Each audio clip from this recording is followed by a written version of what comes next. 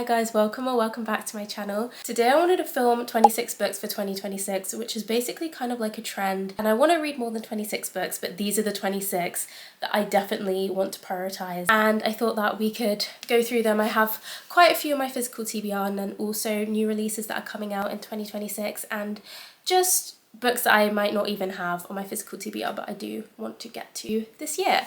I will also say that there are quite a few genres in here, so I will try and section it according to the genre. So if you don't want to see that genre, you can just like skip ahead and then look at all the books within the genre that you care about. The first two books I want to talk about, and I'm kind of obviously showing them in tandem, is Pride and Prejudice by Jane Austen and Wuthering Heights by Emily Bronte. Some of my favourite books are classics, which is weird because I don't ever read them. I feel like my attention span is so not for these kinds of books. But as I was nearing the end of 2025, I was like, do you know what?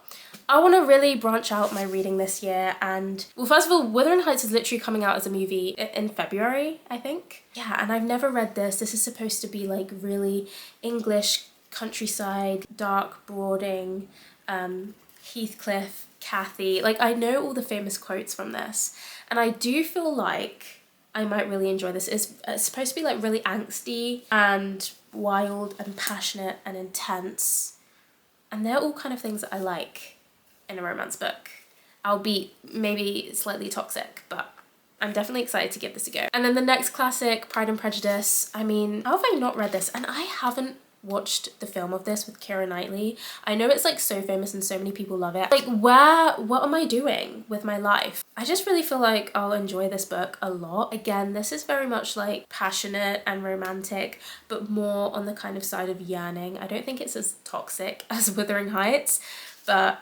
then again, I don't really know because I obviously haven't read it, so I don't even know really what it's about. But I'm really excited. I might even annotate this one because I do have quite a pretty copy. I feel like once I read this, then I can watch the movie and then I can just like enjoy it that much more and be in the know that much more. So yes, I do want to get to a couple classics next year, and these two are very high priority for me. Okay, so I guess we're kind of going into romances now. So I really want to read Funny Story by Emily Henry. I don't know if this came out in 2025 or I think it actually came out in 2024, but basically 2025 was the year of me discovering Emily Henry because I read Happy Place and I absolutely loved it. Like, I love that book so much. I think about it really a little bit too frequently, and it's one of those books that I just thought I wouldn't even like, and literally based off the cover, because I was like, it's a cartoon cover and like, what's really gonna be so deep, you know, about this book? Turns out a lot. It was really one of those contemporary romance reads where it was just so realistic and done so perfectly in such a raw and real way that it just felt like the characters were real. So I want to read quite a few of her books next year, to be honest, because I would really like to go through her backlog because I love her writing style. I think it's so pleasant. This is one where I read the blurb and I thought it sounded really interesting. I couldn't tell you now. It just says, there's no way Daphne would start her new chapter by falling in love with her ex-fiance's new fiance's ex, right? I don't remember it being that confusing, but I feel like I'll like it because I'm just like a really big fan of Emily Henry now after one book. So then we have Powerless by Elsie Silver. Technically the whole Chestnut Spring series, because I've read the first two books and I really love them. Heartless for me really did it. Like, it really solidified me being into the cowboy romance era kind of thing. Like, me really understanding what it was all about. Heartless was so good. So I honestly want to reread those two before I get onto the third one, but I want to kind of complete the whole series. But I'm just going to say this one for now because I feel like I'm always very overly ambitious when it comes to reading. But yeah, such a feel-good time. It's kind of one of those books though that like once you've read it, you kind of have no idea what you just read. Like, you kind of forget everything, but you know that when you read it, like, it was a good time. Do you know what I mean? Twisted Love by Anna Huang. Now this is technically it's a controversial read, right? I mean, this was really Book Talk popular back when Book Talk started in like 2020, literally COVID lockdown time, and I pretty much vowed that I would never pick this up just because of all the bad reviews. Then I don't know what happened, because now I've bought the whole entire series. I bought the whole series. Maybe it's just because it was on a really good deal at the works, like 4 books for £20, I think. So like £20, £25, I don't know. Can you really go wrong? Like, they're all in pristine, perfect condition. They also, like, before the font was like a bit different and I really didn't like it, and now they've changed it and I prefer it. And yeah, like, I am a hypocrite. I am the worst, because I will pick up a book because of its cover, even if maybe the insides aren't great. Honestly, I think the books will be like kind of those fun, silly little reads, because I think they're just like billionaire romance books. You know what? Sometimes you need a palette cleanser. And I don't know, I want to give her a go because so many of her books are popular. I always see them in the works, and I haven't even read this series, and this is like the first series she came out with. I mean, who doesn't love a billionaire romance book? I like it. I like it sometimes. It'll probably be cheesy. I've heard that there's a few moments in here that is like super cringe. So that will be interesting. Yeah, Twisted Love, guys. 2026. Another book which is probably even more controversial than the last, Birthday Girl by Penelope Douglas. The floppiness of this, first of all, needs to be studied, because why aren't all UK books like this? Just saying. Just asking for a friend. I don't know. But I'm into it. You know, I have read Punk 57 by Penelope Douglas, and I really, really disliked it. So we'll see. I think it's like this girl and her ex break up, and then it's kind of like she has a romance with his dad. Ex-boyfriend's dad trope. This is definitely gonna be new and different for me. So we'll see how I find it. You know, loads of people have read it, okay guys? It's not just me, I'm not crazy. I'm not the only crazy person. I'll be letting you know, either way. If I'm traumatized, if I love it, you'll be finding out from me at some point this year. A traumatizing book in an actually traumatizing way, we have Binding 13 by Chloe Walsh. The fact that I haven't started this series yet is actually criminal, actually diabolical. I have the whole series so far, which is 6 books, behind me. And I haven't read a single page. I haven't read a single page. I know how much everyone adores this series. There's literally die-hard fans for this book series, the Boys of Tommen series. I want to be a part of that world. I think for me, it's just going to be really emotionally damaging and like wreck me in the best way. You know, it is a commitment, because this book is severely thick. I've literally had this book for so long sitting on my shelf and just collecting the next book after the next, and I wanna start it now. Like, I'm actually done with it just sitting on my shelf. I just want to start it now. Next we have Problematic Summer Romance by Ali Hazelwood.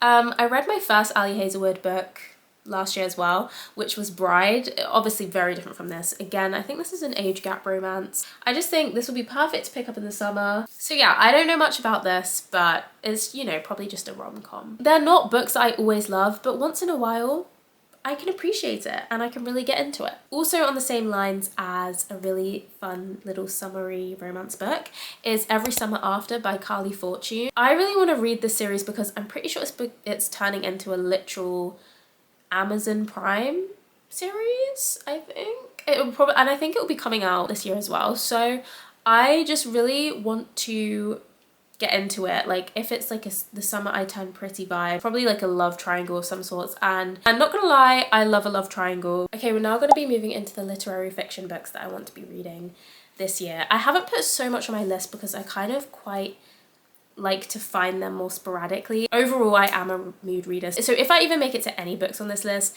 that will be really good in itself. And it's also a genre that I'm just getting into, so I don't have so much knowledge and I don't really know what I like yet. So I've only put a couple on here, not so many, but I do, from what I've read of them so far, I do quite like it. It is different for me, but I do quite enjoy it. The first one is Deep Cuts by Holly Brickley. This is somewhere between a literary fiction and kind of like a contemporary romance. It follows 2 college students, Percy and Joe, as they kind of navigate their complicated, passionate and also creative relationship. It is set in the 2000s.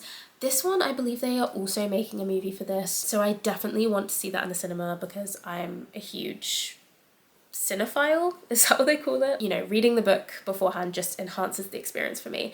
And this just sounds like a really kind of fun concept and one that I'm excited to kind of delve into. I guess it's also kind of like a coming of age story as well, which I like to read and I don't feel like I read enough of. And then Broken Country by Claire Leslie Hall.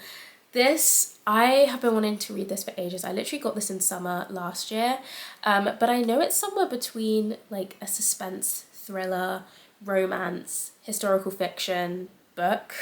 Like there's a lot of genres that this can kind of fit under. I think it's actually about a farmer's wife who's kind of haunted by her first love. And then he returns years later, but she is now, you know, married, in a relationship, and her son has tragically died. From how, I don't really know. And then yeah, there's just kind of like a murder mystery ensuing, dangerous village secrets going on. I think I'm gonna really enjoy this. And again, just sounds so different from anything I've read. So yes, love to be branching out this year. Also a book releasing in 2026, I believe on, I've written it down here, January 20th is Half His Age by Jeanette McCurdy. Jeanette also wrote I'm Glad My Mum Died, which is a book, I think it's a memoir, to be honest. Crazy title, I know, but so many people praised it and I really want to read it. Obviously this book is actually a fiction.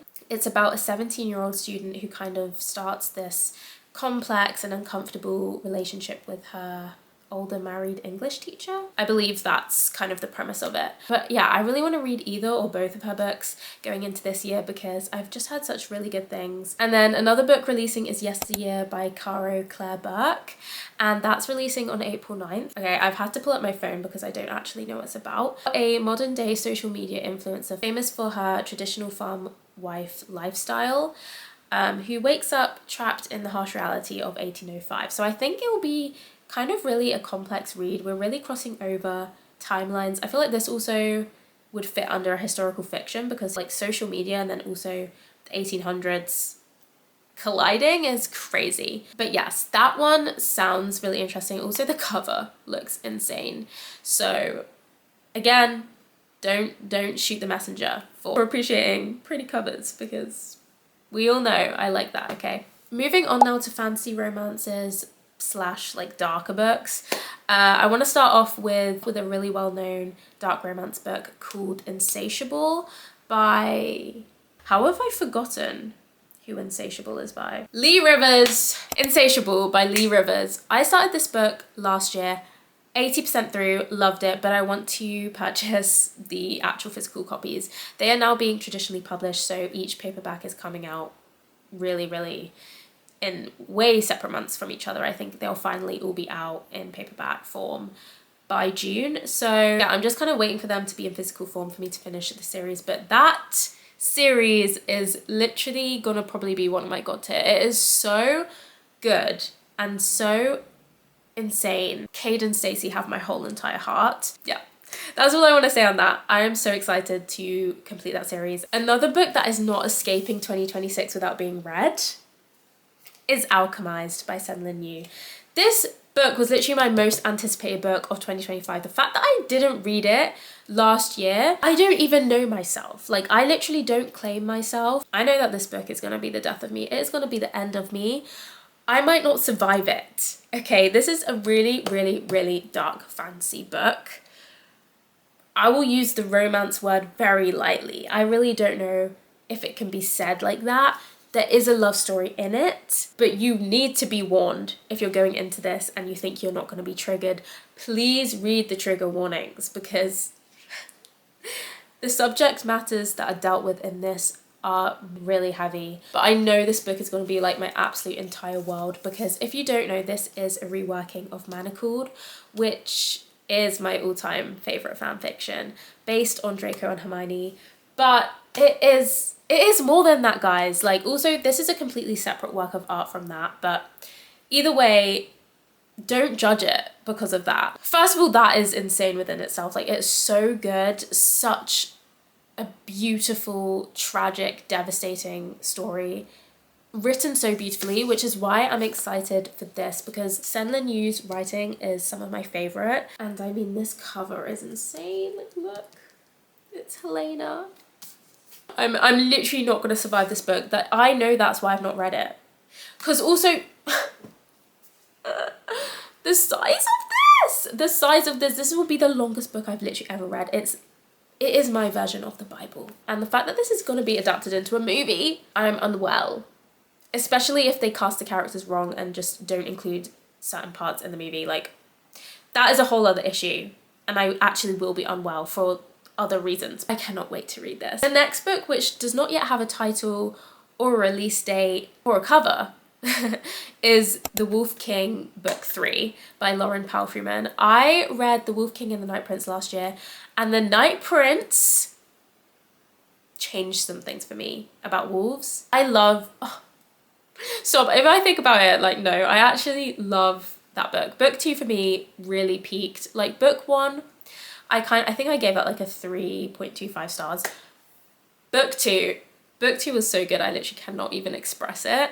It was so good. So book 3 I think is releasing in summer 2026, but I cannot wait because the cliffhanger of book 2 was not forgivable. You know, it keeps me up at night. Do you know what I mean? Okay, some other books that are fantasy that are releasing sequels in 2026, and I haven't actually read the first book to any of these 3, but I will be because the sequel is coming out and I need to, you know, be up to date, and obviously everyone on BookTok is going to be hyped about this. So, Rights of the Starling, which is releasing on April the 7th, the second book to Shield of Sparrows. The Ballad of Falling Dragons, releasing on May 19th, the second book to When the Moon Hatched, and Light Wielder, releasing on June the 11th, which is the second book to Metal Slinger. All of those fantasy, all of those very different from each other. We have dragons, pirates, I think, princesses, monsters, loads of things. Anything that you can think of in fantasy, and I love it. I love it all. These are all really favorited books on BookTok, and I just really want to know what the hype is about. I want to find my new favorite, okay? Because The Wolf King was also really hyped on BookTok, and I was like, I don't even get it. And then I read The Night Prince, and I was like, hold up a second. I get it now, and I claim it because I love it. I literally love it. So I really want to get to those 3 and their sequels in 2026. The Romancy to End All Romances is Fourth Wing by Rebecca Yarros. I don't know. I don't know why I have not read this yet. Literally everyone has read this book. Like, Onyx Storm literally came out last year. So I want to read all 3 technically, but I'm just gonna say 1 for now, okay? I'm just gonna count it as 1 because mood reading, my worst trait, but something I'm really good at. So I need to start this adventure. So Fourth Wing is definitely happening this year, okay? I can literally guarantee it. I can feel it. Mark my words. We are reading Fourth Wing. This one's a bit more of a dark academia, dark fantasy romance, but this is Nocticadia by Kerry Lake. I now own not 1, but 2 Kerry Lake books because of my sister for Christmas. So excited to start my Kerry Lake journey. I have not heard one bad thing about this author and her books. I literally have no idea what this book is about, but I am so freaking excited. I love anything dark. I love anything gothic. I love dark academia. I'm pretty sure this is giving all of that. How am I not gonna... There's no way that I won't not love this. Okay, then also another dark academia book, which I don't have yet because it's releasing on, I believe, February 17th, but it is called Half City by Kate Golden. This is like an urban fantasy, and she's like a demon hunter, and it's set in the school. Again, I don't know much about it, but the cover, insane, incredible. I really, really want to read it, and I think it sounds really cool. She looks really cool. Definitely gonna pick this one up. Okay, now we have a couple books, which I guess would be either under the thriller or horror genre. Most of these look like thrillers, but I don't know. I actually don't know. I'm not very well acquainted with the thriller genre to begin with. So we have We Used to Live Here by Marcus Cliver. I am so excited for this. I think it's about a couple who basically say that they used to live in this house. They knock on this door, they say they used to live in this house. Can we like take a look around and like, I don't know, reminisce about the fact that they used to live there? Then I don't know what happens, but obviously you've just let random people into your house. Do we even know who these people are? they've probably gone missing. They're probably doing really creepy stuff. Scary stuff is probably going down. I don't know if it's haunted or it's supernatural or it's just thriller because they're crazy psychos. I don't know. This sounds so freaking interesting. I'm so excited. Definitely be getting to this around, you know, October spooky season. It sounds like the perfect read to me. Then we have Hidden Pictures by Jason Rekulak. This, I believe it's a nanny who is a recovering addict, and she's working with this, well, working in this house as a nanny for this 5-year-old boy, and he starts drawing these really creepy, kind of haunted, somewhat haunted, I don't know if it's supernatural, but haunted drawings. And they're kind of relating to a real unsolved murder case. The worst part about it, I mean, I say the worst, but also like the best, because I think this is really cool and we should bring back drawings and pictures in books. Because I might be an adult, I don't need to, you know, look at pictures all day long, but who doesn't love artwork, okay? There's stuff like that. There's stuff like that going down in the book, okay? And if that doesn't have you intrigued, I don't know what will. And if that doesn't keep you up at night, I don't know what will. A pretty recent addition to my collection is Ask for Andrea by Noelle W. Illy. I think this is about 3 girls who were all murdered by the same man and they basically come back to haunt him. Could be wrong, but I'm pretty sure that's what I got from, you know, the blurb, and just sounds like the perfect piece of karma to me. And I'm invested already. Okay, and then finally a book that I don't yet own, but I very much will be owning the first and the rest of the books in this series very soon, is Red Rising by Pierce Brown. This is gonna be like my first dystopian sci-fi series. I hate saying that I don't know what it's about, but I genuinely don't think I could describe what it's about because I don't know. All I know is that people's reactions to this is visceral.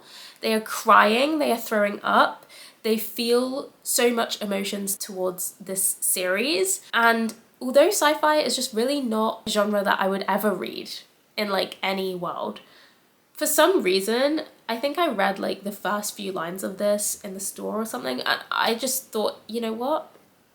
This sounds pretty interesting. Like, I kind of want to read it. Also, I feel like you just sometimes get to a stage where you just really want to branch out and read something completely different to anything you've ever read. Because that might be the one book that like low-key changes your life, and then that genre is like forever got a piece in your heart. I think I've counted 26 books there. I hope I've got my maths right. But yeah, those are my 26 books for 2026. They're all on my really, really high priority TBR. And I really want to get to them. Let me know which ones I should start first. Hope you guys did enjoy the video, and let me know if you've read any of these or if you're planning on reading any of these in 2026 as well. See you guys very, very soon.